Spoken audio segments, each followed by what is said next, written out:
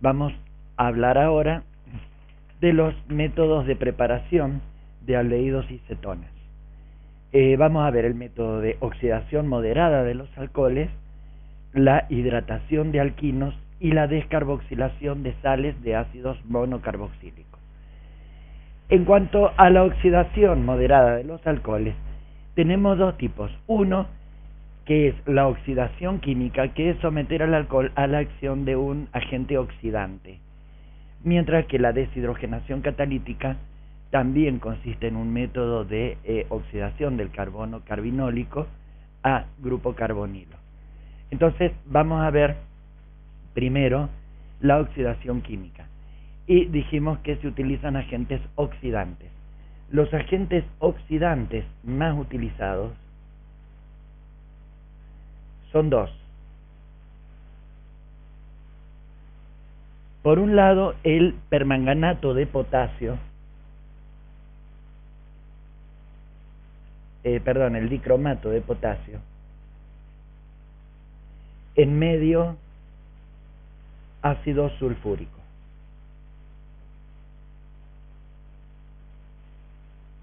Este consiste en disolver en ácido sulfúrico una cantidad de dicromato de potasio.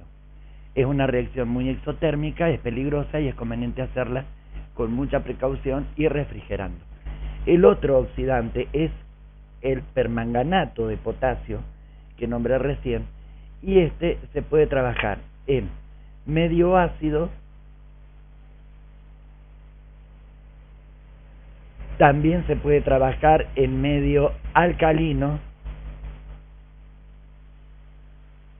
o en medio neutro.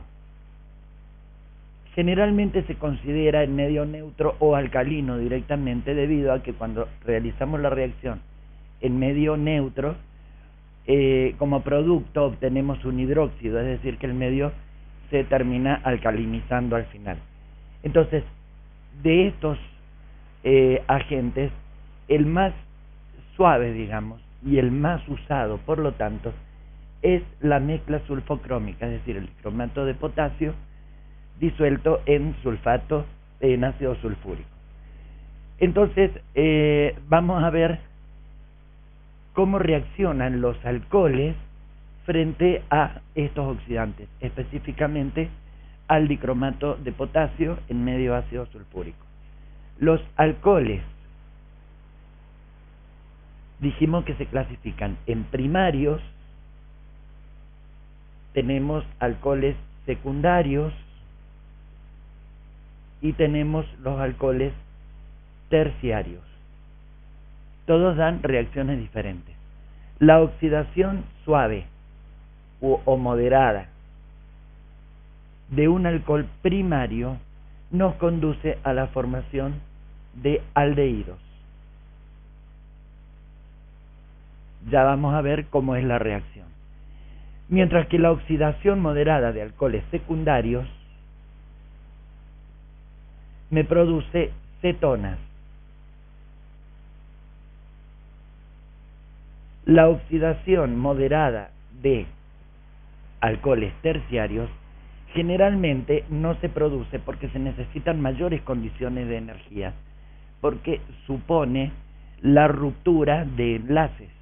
El carbono carbinólico está unido a 3 radicales alquílicos.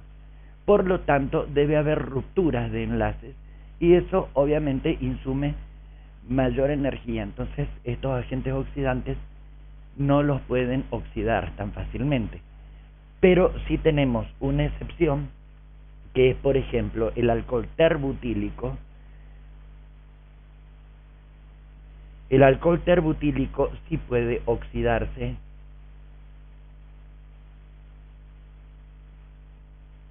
y es el único que se oxida en las mismas condiciones con dicromato de potasio en medio ácido sulfúrico, generando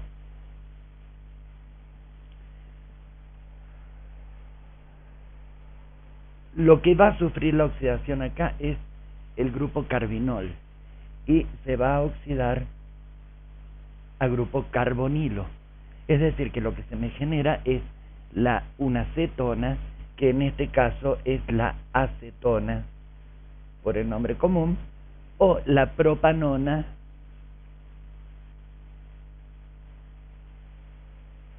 si la nombramos por IUPAC. Ahora bien, para poder oxidarse este grupo, uno de estos enlaces, carbono-carbono, debe romperse, bien, debido a la tetravalencia del átomo de carbono. Al romperse uno de esos átomos, con otros oxidantes más fuertes, se oxidaría también a aldehído en este caso. Pero en el caso del alcohol terbutílico,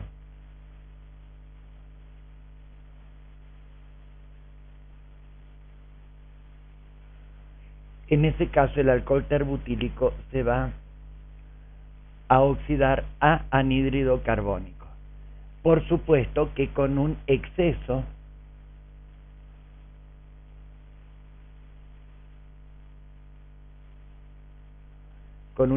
es decir, en elevadas concentraciones de nuestro reactivo oxidante. Vamos a ver ahora, vamos a distinguir lo que es la oxidación química de la deshidrogenación catalítica. Y en este caso, para ello, siempre el agente oxidante que vamos a utilizar nosotros va a ser el dicromato de potasio.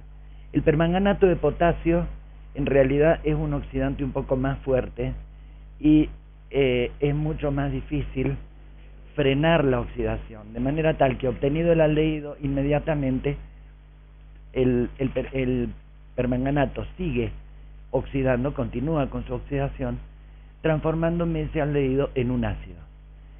En esos casos, lo que se debe hacer, si nosotros lo que necesitamos es obtener el aldehído y no sabemos controlar bien la cantidad de oxidante, podemos aprovechar que los aldehídos y las cetonas en general presentan menor punto de ebullición que el ácido del mismo número de átomos de carbono, y también presentan menor número de oxidación menor punto de ebullición que el alcohol del que provienen. Por lo tanto, esa baja en el punto de ebullición entre el alcohol y el ácido hace que nosotros podamos destilarlo a medida que se va generando. Entonces, el alcohol se oxida a aldehído y antes que se oxide a ácido, fue directamente liberado, fue separado por destilación.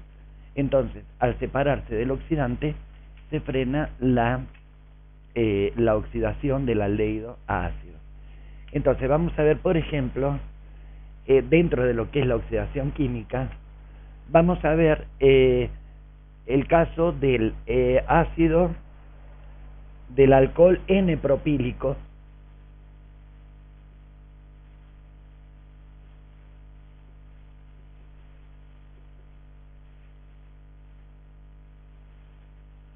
alcohol N-propílico,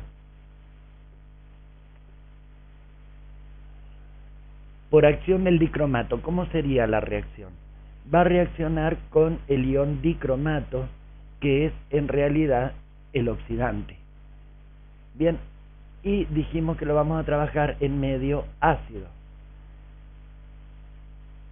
Esta reacción, ¿qué me va a producir? Me va a oxidar el grupo carbinol a grupo carbonilo. El resto de la molécula, es decir, el radical etilo, va a quedar intacto porque no participa en esta oxidación. El único cambio, dijimos, que va a estar acá, que se va a transformar de grupo carbinol a grupo carbonilo. Como productos, ¿qué vamos a tener? Si el alcohol se oxida, debe haber alguien que se reduzca, porque es un proceso de óxido-reducción y no se da en forma aislada, se da en forma simultánea. Precisamente el cromo es quien se reduce, pasando a número de oxidación más 3, es decir, se reduce de más 6 a más 3. Y el otro producto que vamos a tener es el agua. Ahora, tenemos que balancear esta ecuación. Para que se produzca esta reacción necesitamos 3 moles de alcohol, que me va a generar 3 moles del aldehído. 1 mol de dicromato de potasio ya es suficiente y necesitamos 8 protones. Es decir, que si usamos ácido sulfúrico, por cada 3 moles de alcohol N-propílico vamos a necesitar 4 de ácido sulfúrico. Recordemos que el ácido sulfúrico es diprótico. Bien, y se me van a generar 2 cromos, 2 iones cromo y 7 moles de agua. Bien, y lo que se obtiene como producto es el aldehído, si lo hemos nombrado con nombre común, el aldehído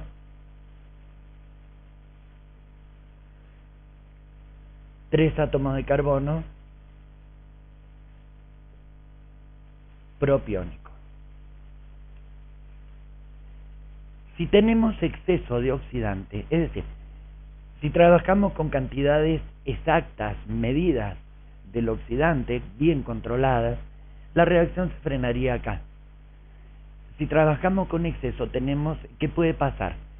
Si no queremos que se oxide a ácido, lo que tenemos que hacer es destilarlo.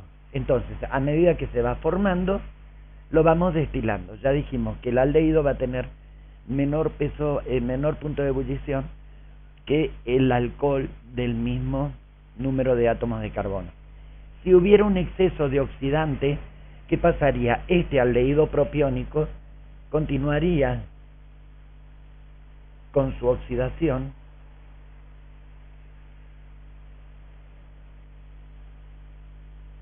y reaccionaría con el agente oxidante que dijimos que es el ion dicromato. Siempre vamos a estar en medio ácido y esto se va a oxidar siempre la oxidación se va a producir en el grupo funcional. El resto, es decir, en este caso el etilo, va a quedar intacto. Entonces, es este grupo el que se me va a oxidar a grupo carboxilo, que es el grupo característico de la familia de los ácidos. Bien, y como productos vamos a tener nuevamente el cromo, que se reduce de más 6 a más 3, y vamos a tener el agua. Bien, acá que tenemos el aldehído propiónico, como habíamos dicho, y lo que se me va a formar es el ácido propiónico. Bien, si queremos balancear esta ecuación, nuevamente vamos a tener 3 moles del aldehído propiónico, que son los que se me formaron acá, y me van a reaccionar con 1 mol de iones dicromato más 8 protones. Bien, y esto me va a generar 3 de aldehído, me van a generar 3 del ácido. Si acá participan 2 átomos de cromo, se me tendrán que formar 2 iones crómicos o cromo más 3. Y en cuanto al agua, acá se me van a formar 4 moléculas de agua. Bien, porque acá va a ser menor cantidad porque algunos hidrógenos van a pasar a la formación del hidroxilo. Bueno, como dijimos, una forma de evitar que el aldehído se me oxide es destilarlo, si es que no podemos trabajar con cantidades bien controladas. En la oxidación de alcoholes secundarios no hay tanto peligro de que si nos excedemos en el oxidante se me oxide, porque lo que se me va a generar es una acetona, y las acetonas son más duras, más resistentes a la oxidación, debido a que para poder oxidar el grupo carbonilo a grupo carboxilo necesitamos que haya ruptura de enlace. Por lo tanto, las condiciones de energía que se requieren son mayores. Bien, vamos a ver una reacción de oxidación de un alcohol secundario.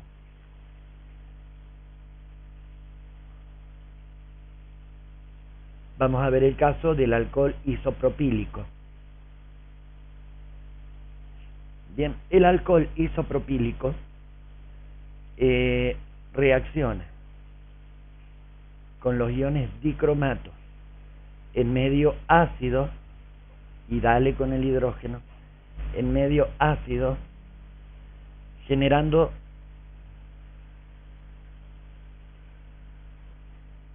nuevamente el grupo carbinol se va a oxidar al grupo carbonilo y se va a producir la reducción del cromo de más 3 a más 6, perdón, de más 6 a más 3, y vamos a tener también agua como subproducto.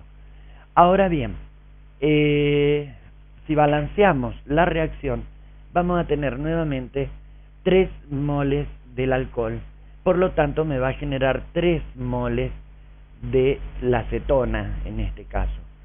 El número de moles de dicromato es 1,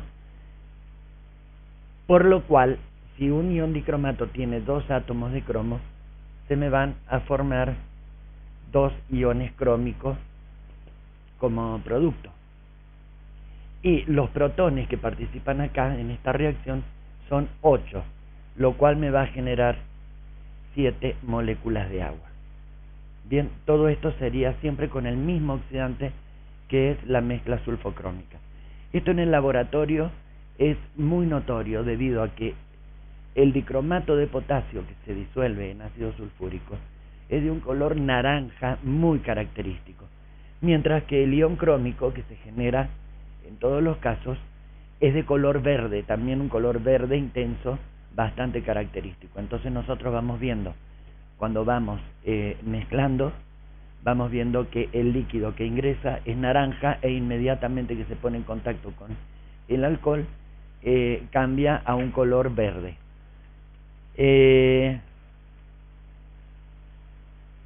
Vamos a ver el caso de las deshidrogenaciones catalíticas.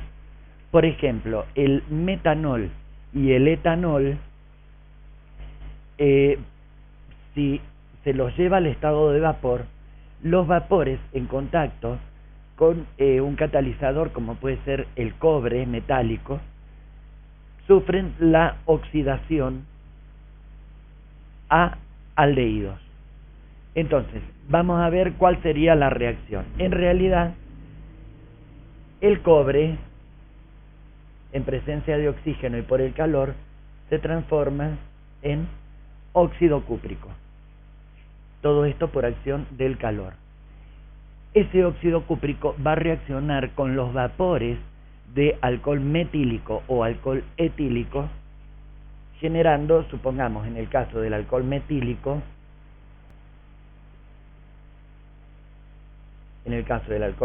va a reaccionar con el óxido cúprico en presencia de vapor. Esto está en estado de vapor, recordemos, el alcohol. Entonces, se lo pasa por una malla de cobre o de óxido cúprico, o en el laboratorio se le suele ingresar, se le pone un taponcito con un resortito, un alambre retorcido de cobre, bien, y ahí se produce la reacción. Entonces, este se me va a transformar en aldehído, bien. Se va a producir, si se oxida el aldehído, se va a producir, que también va a estar en el estado de vapor, se me va a reducir el ion cúprico a cobre 0, regenerándose nuevamente el catalizador, y el otro producto que me va a formar es agua. Bien, entonces partimos del metanol y obtenemos el metanal. Bien, con el alcohol etílico pasa exactamente lo mismo, y lo que podemos suponer acá es que la formación de agua se formaría con este oxígeno que toma a este hidrógeno unido al oxígeno y a uno de los hidrógenos unidos al carbono carbinólico, bien, formándose así el doble enlace. Los vapores que se obtienen, recordemos, este aldehído, que acá lo hemos llamado como metanal, el nombre común es formaldehído.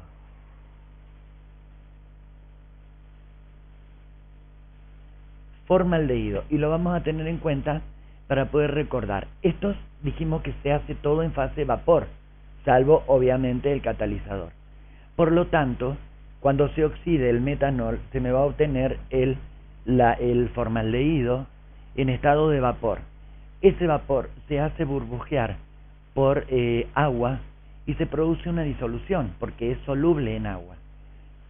Se disuelve el formaldehído en agua, formándose una solución más concentrada cuanto nosotros mejoremos las condiciones. Lo que se logra es obtener una solución de formaldehído al 40% en agua. ¿Bien? Entonces, la solución al 40% de formaldehído en agua es lo que se vende comercialmente como formol. También se lo llama formalina. Y es una solución que produce una desnaturalización de las proteínas, y esto permite lograr la conservación de piezas anatómicas durante mucho tiempo sin que pierdan su forma, aunque sí pierdan un poco la textura. Es lo que se usa, por ejemplo, en las facultades de medicina, donde desean obtener, conservar piezas anatómicas, como por ejemplo un riñón, etcétera, distintos órganos. Y vamos a hablar ahora de la deshidrogenación catalítica, que también dijimos es una forma de oxidación. La eliminación de hidrógeno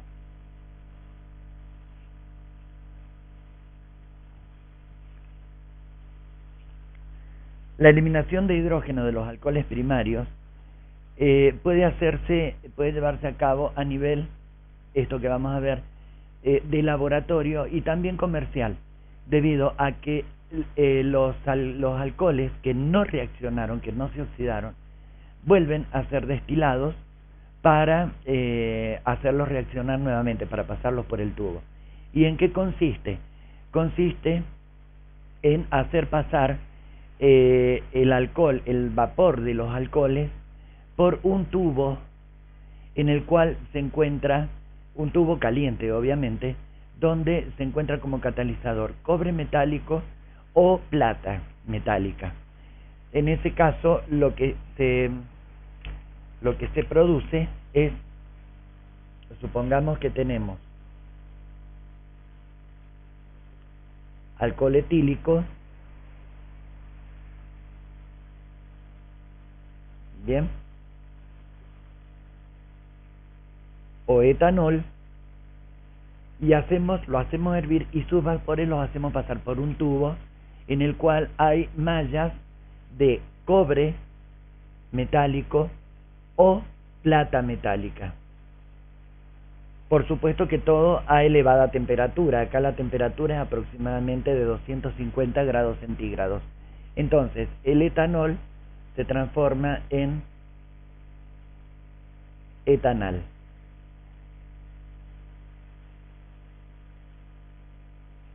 Más hidrógeno. Acá lo que se está produciendo es la salida de un hidrógeno de acá y uno de estos dos hidrógenos. Supongamos que acá tenemos los dos hidrógenos colocados de esa manera, un hidrógeno con el otro hidrógeno, acá este saldría como hidruro, mientras que este saldría como protón. Se unen y me van a formar el hidrógeno.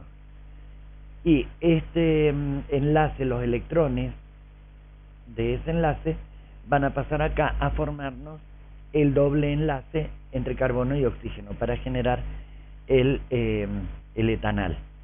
En el caso de alcoholes secundarios, también se puede producir, supongamos el caso del alcohol isopropílico. Bien, este hidrógeno con este hidrógeno van a formar la molécula de hidrógeno. Es decir, que en las mismas condiciones, 250 grados centígrados, en presencia de cobre o de plata,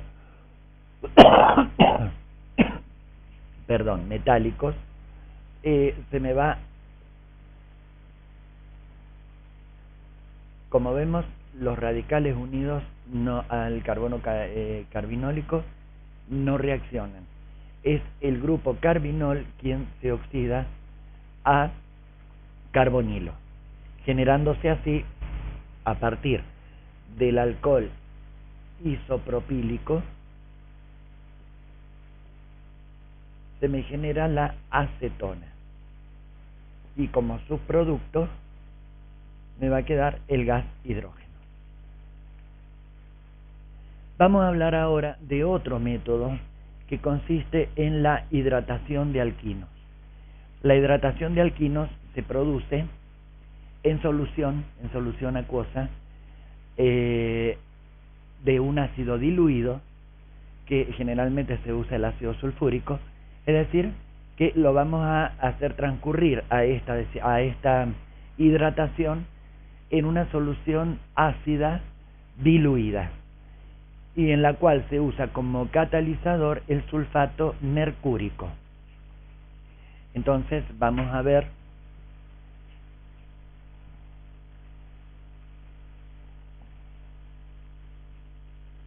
cómo sería esta reacción. Esto ya lo vimos, estamos acá, en hidratación de alquinos. En la hidratación de alquinos vamos a ver, por ejemplo, qué sucede con un alquino en forma general, un alquino cualquiera,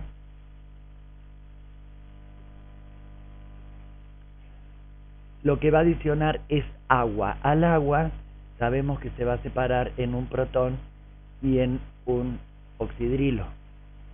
Bien, por lo tanto, estos reactivos, agua y el alquino, en un medio que contiene, dijimos, sulfato mercúrico como catalizador y están en una solución diluida de ácido sulfúrico, ¿cuál es el mecanismo que se va a producir acá? Y acá va a haber un efecto inductivo generado por el radical. Ese efecto inductivo va a favorecer el pasaje de un par de electrones de este triple enlace sobre este carbono, que va a adquirir una densidad de carga negativa, y este va a quedar por lo tanto con una densidad de carga positiva. El agua sabemos que se va a disociar en protón y oxidrilo. El oxidrilo va a tender a unirse, debido a su carga negativa, a este carbono, mientras que el protón, por ser positivo, se va a unir a donde tenemos la densidad de carga negativa. Por lo tanto, ¿qué vamos a tener como producto? Acá teníamos un triple enlace, me va a quedar doble porque un par de electrones se desplazó, y a este carbono, ¿quién se iba a unir? El hidroxilo, porque tenía carga positiva. Y en este caso teníamos un átomo de hidrógeno y se le agrega otro, por lo tanto me va a quedar esto. Esto que se me ha formado acá, como vemos, es un enol. Tenemos el grupo alqueno, es decir, un doble enlace, y el grupo carbinol, el doble enlace unido al carbono carbinólico. Por lo tanto, esto es un enol. Y los enoles, nosotros ya hemos visto, cuando hemos hablado de tautomería, se encuentran en equilibrio tautomérico con en este caso, con las cetonas. Es decir, que por tautomería, es más, habíamos dicho que el equilibrio estaba siempre desplazado hacia los aldehídos o hacia las cetonas.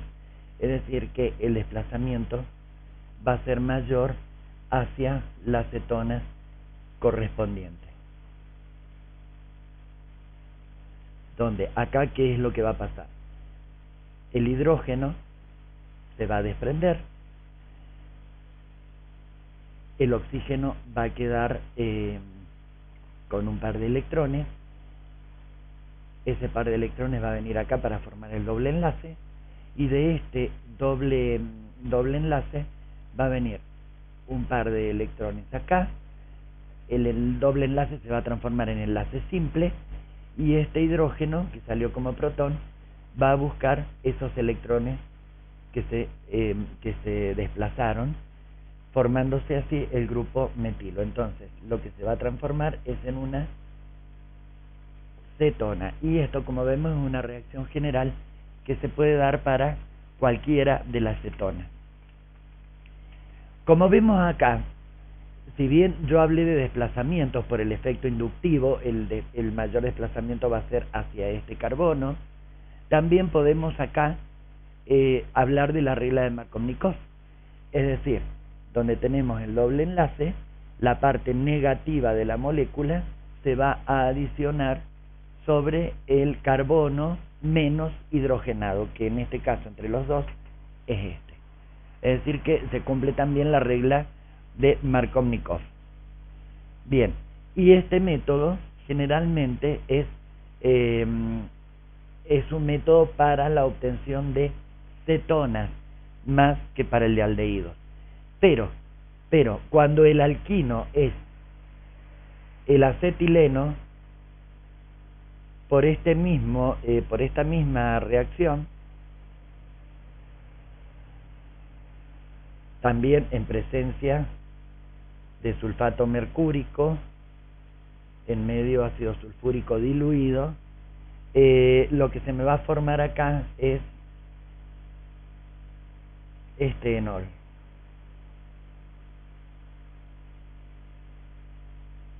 Se me va a formar ese enol. Esto es, dijimos, acetileno. Y este enol va a estar en equilibrio tautomérico con el formaldehído. No, con el acetaldehído, perdón. Tiene 2 átomos de carbono.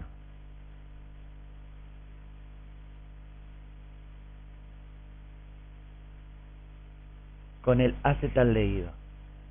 O también, como lo podemos llamar, etanal, si lo queremos llamar por IUPAC.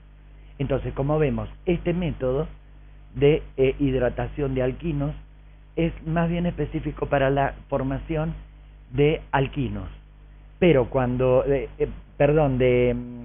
cetonas, pero cuando el alquino utilizado es el acetileno, podemos obtener el etanal.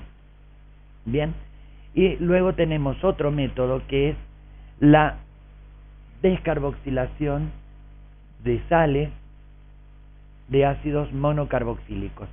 Y acá vamos a ver, donde dejé el borrador, vamos a ver el caso de la descarboxilación de acetato de calcio, que se produce en caliente porque es una reacción de pirólisis o de descomposición térmica. Descomposición térmica me está indicando a través del calor. Entonces, si nosotros tenemos una sal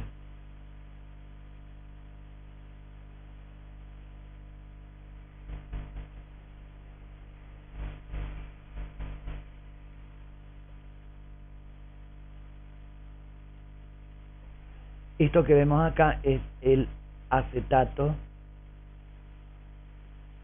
de calcio.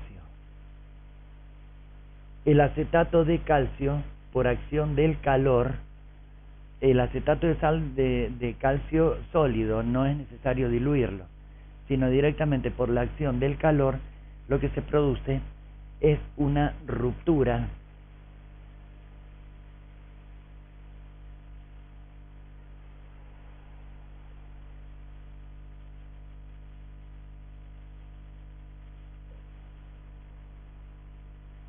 de enlaces. Es decir, se va a romper acá el enlace y se va a romper en ese enlace.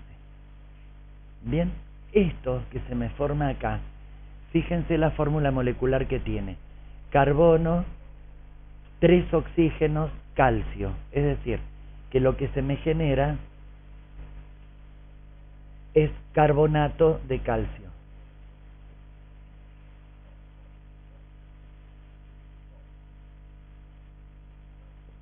Pasamos de una sal orgánica a una sal inorgánica.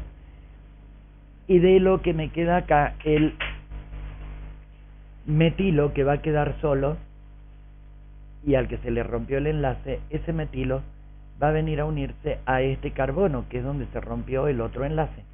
Entonces eso, que me va a quedar el metilo unido a este carbono, que tiene un doble enlace con el oxígeno por un lado, y por otro lado está unido al otro metilo. Esto que se me ha formado acá es la acetona. Según la acetona que queremos obtener, va a ser la sal que vamos a buscar. Por ejemplo, para tener la acetona partimos del acetato de calcio. Bien, según la acetona va a ser la sal que vamos a determinar. Esta reacción se llama, dijimos, pirólisis, y es una reacción de descomposición